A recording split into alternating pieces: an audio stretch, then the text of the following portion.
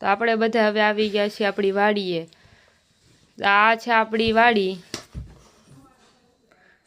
જોઈ લે આપણી વાડી। તો આપણે જવાનું છે બીડમાં, આવી ગયા બીડમાં। આપણું બીડ છે અને એમાં ખડ વાઢવાનું છે આપણે ભેંસ માટે।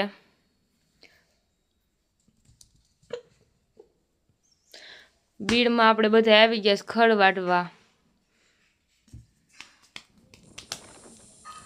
તો હવે આપણે ખડ વાઢવાની ધીમે ધીમે શરૂઆત કરી। બધા આવ્યા છે તો હવે ખડ વાઢવાની શિલ્પાબેન શરૂઆત કરી દે।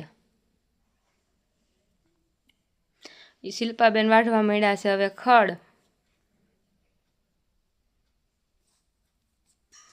અમને બધાને ખડ વાટતા બધાને આવડે એટલે આપણે શિલ્પાબેનને જ ભેગા લાવ્યા છીએ ખડ વાટવા।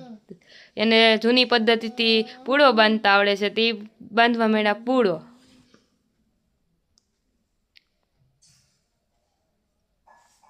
કારણ કે આપને જૂની પદ્ધતિનો પૂરો વાળતા નથી આવડતો અને આપણા શિલ્પાબેનને આવડે છે। હવે આખો આપણે ભારો કરવાનો છે પૂરાનો। તો શિલ્પાબેન હવે ભારો કરવા માંડ્યા છે।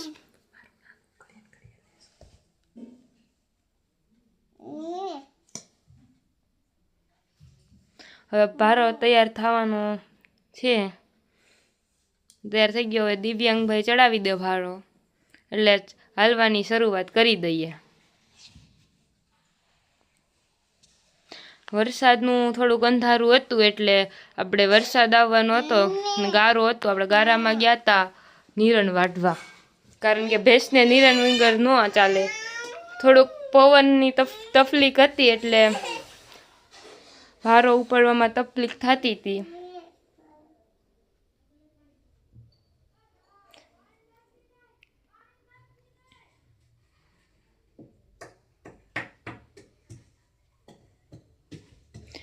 તો એ આપણે ભારો પૂરો પહોંચ્યો નહીં એટલે સાયકલમાં લઈ જવો પડ્યો।